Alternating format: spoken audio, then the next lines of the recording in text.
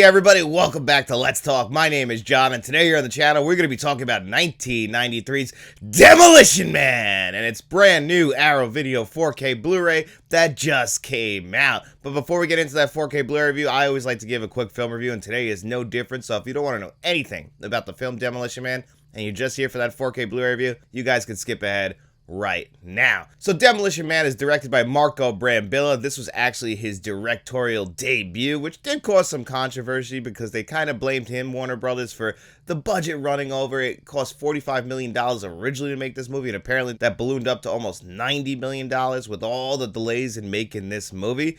But it all paid off. It made over $150 million at the box office, considered a financial success. And if you grew up in the 1990s, you know the movie Demolition Man. This just oozes 1990s action films. Coming off the 1980s action films, Sylvester Stallone is one of the biggest stars of the 1980s. You would argue that him and Arnold Schwarzenegger are the two biggest action stars. And then coming in at the very end of the 1980s was Bruce Willis. But in the 80s and probably in the 1990s, because I was a kid in the 1990s, you were either an Arnold Schwarzenegger guy or you were a Sylvester Stallone guy, and I was always an Arnold guy. But there were certain exceptions for Sylvester Stallone, and one of those exceptions was Demolition Man. And it's just because this was a fantastic 1990s action movie that also stars Wesley Snipes. And I'm also a huge Wesley Snipes fan. This is Wesley Snipes really at the height of his powers, not too long after White Men Can't Jump. I'm not sure how close this is to New Jack City, but I'm watching the 4K Blu-ray for this, and I'm like, why don't we have a 4K Blu-ray for New Jack City? That is one of Wesley Snipes' best performances. In this performance, you know, he's playing a 1990s action villain. So he's playing this character, Simon Phoenix, way over the top. Love the character names of John Spartan for Sylvester Stallone and Simon Phoenix for Wesley Snipes, who keeps saying, Simon says bleed. I just love how he says Simon says in front of everything. Again, we're talking about a cheesy 1990s action movie that knows it's cheesy. It's not trying to take everything too seriously, even though it kind of does bring up some issues that you think about today. They probably didn't know this stuff in 1993. The big one being the Arnold Amendment, the 61st Amendment in the United States Constitution, where Arnold Schwarzenegger, not an American-born citizen, can become the United States president. It's funny because Arnold Schwarzenegger, 10 years after this, would become the governor of California. Of course, he still can't become the president, but we still have time to put in that 61st Amendment. And with how the United States is right now, I say we throw that amendment in. I would vote for Arnold Schwarzenegger for president. And another thing that this movie kind of maybe predicts is because Sandra Bullock is also in this movie, even though she isn't the original person who was cast in this role. Although you could argue this is kind of like her star-making performance. I would argue that it wasn't until 1 year later with 1994 Speed. She's good in this movie. She kind of plays a cute, innocent character, a little bit naive. But she was originally supposed to be Lori Petty. Lori Petty actually even did 2 days of filming on this, but she quit just because she quit or got fired. I'm not too sure. I guess it's who you ask. But she had creative differences, they said, and that was with Sylvester Stallone. Her and Sylvester Stallone just did not get along. I've heard this before. Some people just don't get along with Sylvester Stallone's style, probably an overly masculine style, and I can understand that rubbing some people the wrong way. But you brought in Sandra Bullock, and she is great in this movie. Again, very cute and naive. You know, in the future, cops just don't really have much to deal with. The world is great. Everything is going awesomely. There's no crime, or so we think. We know that they buried that crime underneath the Los Angeles, or St. Angeles as they call it now, and underneath that world you'll find Denis Leary. I'm also a huge Denis Leary fan. In the early 1990s, this is Denis Leary doing his Denis Leary shtick, and they hired him for that. And I'm a big fan of like his stand-up from the early 1990s, just, you know, his huge rants, and apparently that stuff had to get approved to get put in the film. And towards the third act, when we finally get to see him like give his big monologue, it's basically something right out of the song Asshole, just kind of a different verse, it sounds like, because if you've ever listened to the song Asshole by Denis Leary, the third act is just one long rant of him going on, and that's pretty much what he does at the very end of this movie. Per hour, getting 1 mile per gallon, sucking down quarter-pounder cheeseburgers from McDonald's in the old-fashioned, non-biodegradable styrofoam. Butter and buckets of cheese, okay? I want to smoke a Cuban cigar the size of Cincinnati in the non-smoking section. I want to run through the streets naked. Do I like that? Abso-fucking-lutely. I love hearing Denis Leary do his Denis Leary thing, so that works out great for me. And then another thing, if you guys have been following my channel for any amount of time, you know that my favorite food in the entire planet is Taco Bell. And in this movie, the only restaurant to survive the fast food wars is Taco Bell, which, you know what, warms my heart. I always knew they'd pull it through in the very end. They just have such a quality menu, so it always made sense to me that Taco Bell would be the only survivor of the fast food wars. Originally, though, it was supposed to be Burger King, then McDonald's, but PepsiCo, I think they owned it in the 1990s. They had Taco Bell. They were more than willing to do it, and they also happen to own Pizza Hut. So if you live in any of the international regions, you probably didn't even realize Taco Bell won the fast food wars, because where you live, Pizza Hut won the fast food wars. And that's just because, Taco Bell was big, especially in 1993 in the United States, but not very big in Europe, where Pizza Hut was pretty big. And they were able to swap that stuff out pretty easily, dub some lines to make sure they say Pizza Hut instead of Taco Bell. And really, when you watch both versions, you pretty much don't even notice it. So either way, or Pizza Hut, Taco Bell, I love them both. Here in the United States, we used to actually have Taco Bell Pizza Huts, again, owned by the same company. I used to love that because I used to get to combine some of my favorite stuff. But really, my heart speaks to Taco Bell, so I was really glad to see them win. Also, Rob Schneider pops up in a small role, which is funny because he also pops up in Dredd. Judge Dredd, not Dredd. Let's not get those mixed up. Dredd is a much better movie than Judge Dredd. And then the action sequences are really good in this movie. Again, a very cheesy, not trying to take itself too seriously movie, so we kind of figure out how this movie's going to end. And it doesn't surprise us. Now, there are some loose threads when it comes to the screenplay, and they knew it. They cut out this entire subplot where Sylvester Stallone goes into the future, and he finds out that his wife has since passed away, and his daughter's still out there, but the way they write it off is like, oh, I don't want to know about her. And we just assume as the movie's going on that we're going to figure out who his daughter is. They kind of make it seem like early in the movie it's going to be Sandra Bullock. That would make a lot of sense because she's so obsessed with him. Really, she's just nostalgic for the 1990s, an era she never even lived in. Very much how I'm nostalgic for the 1980s in an era that I never lived in. You just kind of have that charm of actually not being there.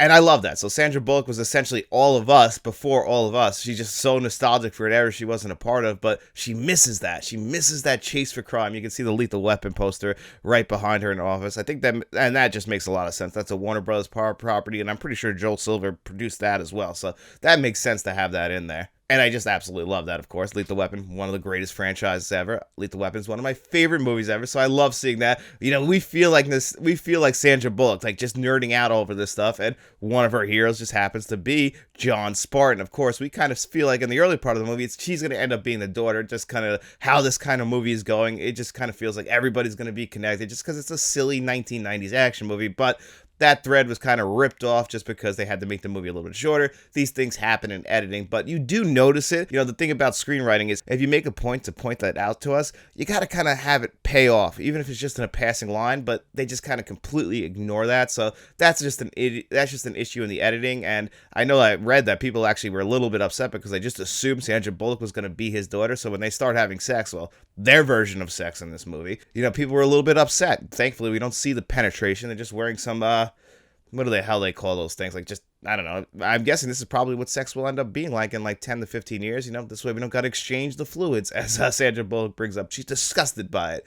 But either way, or this is just an all-around really fun 1990s action movie with some great performances in there. Great performances from people who know that this movie is not supposed to be this overly dramatic political film. They just know it's an early 1990s action film where you could slop on as much cheese as you want and the crowd is going to have a blast watching it, even all of these years later. So now let's talk about this Arrow Video 4K Blu-ray. Sylvester Stallone, Wesley Snipes,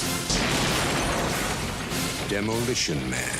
And here it is, Demolition Man from Arrow Video on 4K Blu-ray, and I couldn't wait to get my hands on this. This was definitely going to be a day one purchase for me. I ordered it actually directly from Arrow, hoping to get it a little bit early just because I really wanted to see this movie on 4K Blu-ray. You get both versions in here. You get the international cut, the Pizza Hut cut, or you get the original theatrical cut, the Taco Bell cut, because like we talked about in the review, internationally, Pizza Hut was just more popular, and thankfully, Taco Bell happened to own, or PepsiCo happened to own both Taco Bell and Pizza Hut, so it was really easy to make that work out. So here we go. We have the original movie poster on the slipcover. You slide that off. Underneath, you get this great Arrow Video hard case. 2 Decembers in a row. Arrow Video knocks it out of the park with some great packaging and also a great disc, which we'll get to in a second. Last year, it happened to be The Warriors, a 1970s cult action film directed by Walter Hill. This year, it's Demolition Man, a 1990s cult action film. You could argue Warriors is a better film. When you come inside, I had it in the wrong way, you got Demolition Man right here on 4K Blu-ray. The artwork is reversible if you happen to want to do that. I just kept it as the original movie poster. You come inside, you get a bunch of lobby cards. I know people love lobby cards. I don't really care too much for them, but it's still pretty cool to include them. And then you got the one 4K Blu-ray disc right here. This also came with a poster, so if people like posters, I honestly just have no space for them, so they just kind of stay in these Arrow Video hard cases. And then you get some reading material. Again, Arrow Video always whips out the good paper stock. Smells really nice. You really gotta love that. You know, you get the morality, the morality tickets on here every time Stallone curses. Also, you know, bringing up the 3 seashells. That's a pretty big deal in this movie. I don't think he ever figures out how to use the 3 seashells. You get stickers inside of the 3 seashells as well, and it says "Life is Hell" in here also. And Arrow Video has been the king of these one-disc sets lately. You know, they've managed to find a way to put all of the special features on that one disc. Now, I know some people might be a little upset that you don't get this film on Blu-ray packed in here and, you know, have both discs, but they somehow make it work with all the extras. So if you did buy this on 4K Blu-ray, you know, you're going to be happy that everything is just on one disc. You finish the film, you head right over to special features, and there you're going to find, I believe, 5 new interviews, and you get an audio commentary track, the trailer. I was a little bit disappointed just because I'm somebody who's like a big fan of like the making of documentaries. I would have just liked to see a good looking back, you know, edited together with some footage, maybe even somehow get interviews with Sylvester Stallone, Sandra Bullock, Wesley Snipes. I mean, they're all still around. They're all still really big in Hollywood. You know, all the interviews are really just for more below the lines kind of stuff, like the special, you know, like the makeup artists and everything like that, which is fine. Those interviews are really good, but you know, you kind of want to hear from the stars of this movie and how it was making this film back in the day. Maybe they don't look back on this movie as anything more than just, hey, a movie I did back in 1993, made some money, but I don't look back at it as fondly as, you know, the fans do of the 1990s action movies, which I understand, but you know, you're putting this out. It would have been cool to really get some interviews with them or a nice making of documentary. But again, we got brand new 2024 interviews from Arrow Video in a world where we don't really get new special features. Really cool to actually get brand new interviews on here. So they can't really complain too much other than, you know, personal reasons. I'm still very happy that we got these brand new interviews, and I just love getting new extras on here. So that always works out really good. Now, as far as the audio goes, track number 3 is going to be your Dolby Atmos track, so make sure you guys check that out. It starts out, I believe, in the 5.1, so you're going to have to go down to track number 3 if you want this Dolby Atmos track. And my God, it is a fantastic Dolby Atmos track. Definitely gave my system a workout. I really did appreciate that. Mixed very, very, very well. So we can have certain sound effects coming from different channels. I really appreciated that. That means that somebody actually put the work in. It's got a good amount of bass. Definitely very impressed with this Dolby Atmos track. I didn't expect it to be as good as it was, so I was actually pretty damn surprised by it. And then, of course, we get to the visuals, where you'll have HDR10 and Dolby Vision. And my God, this is a huge jump from every version I have ever seen of Demolition Man. It just looks much more natural now. You could definitely notice the sweat on Wesley Snipes and Sylvester Stallone's face, especially in the early part of the movie when we're in 1996. You're just like, oh my God, you could just notice everything in this movie. We maintain the film grain. This is just a huge upgrade visually. Some of the best visuals I've actually seen in 2024. It really surprised the hell out of me. I mean, again, you know, this is something that Arrow Video does all the time. They have some of the best transfers out there. Sometimes they miss, but for the most part, they give us some beautiful transfers with some great audio and great special features, giving us almost the total package. You know, of course, their collector's casing, their hard casing is some of the best out there. Eventually, I would like to get all the Arrow Video hard cases. I don't have them all yet, but I do have most of them, and they're always so well done. And then, of course, just giving us all these great visuals, audio, and special features is just the icing on top of this beautiful cake that Arrow Video gave us. If you're a fan of Demolition Man, this is absolutely a must-own, even at full price. You don't have to wait for a sale for this one, just because if you're a fan of this film, you are going to be so happy you picked this one up, just like I am. And if I was going to give this Arrow Video release of Demolition Man a score of 1 to 10 on 4K Blu-ray, I would give it a really, really, really solid 9.5 out of 10. I am so happy I picked this one up. The only thing that stops it from becoming a 10 is just I would have liked a little bit more extras on there, but hey, I really can't complain too much. This is an awesome release from Arrow Video. I really do appreciate it. And guys, it's also Tuesday. That means it's time for our digital code giveaway. And every single video that I do here on the channel on Friday, I ask you guys 2 digital code giveaway questions. This week, have it only be 1 digital code question. And all you got to do is answer those questions in the comment section below. As long as you do that, you come back to this video right here. I put your name in a magic wheel. I spin that bad boy 2 times, and the 2 names it lands on, they have their choice of the digital codes you see on your screen before you today. And without further ado, let's spin this magic wheel. Taking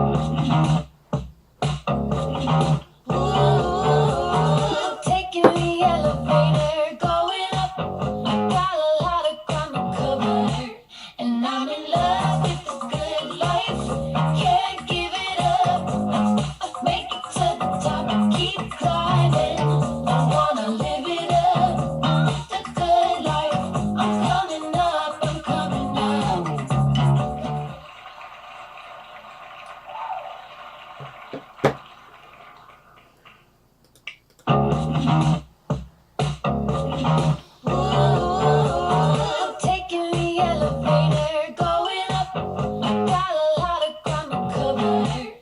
and I'm in love with the good life. Can't give it up. Make it to the top, keep climbing. I wanna live it up. The good life. I'm coming up, I'm coming up.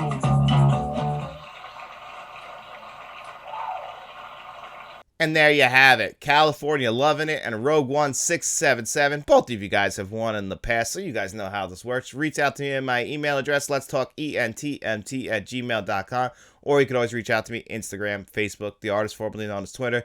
Let me know which of the digital codes you want. As long as the other winner didn't take it, that digital code is all yours.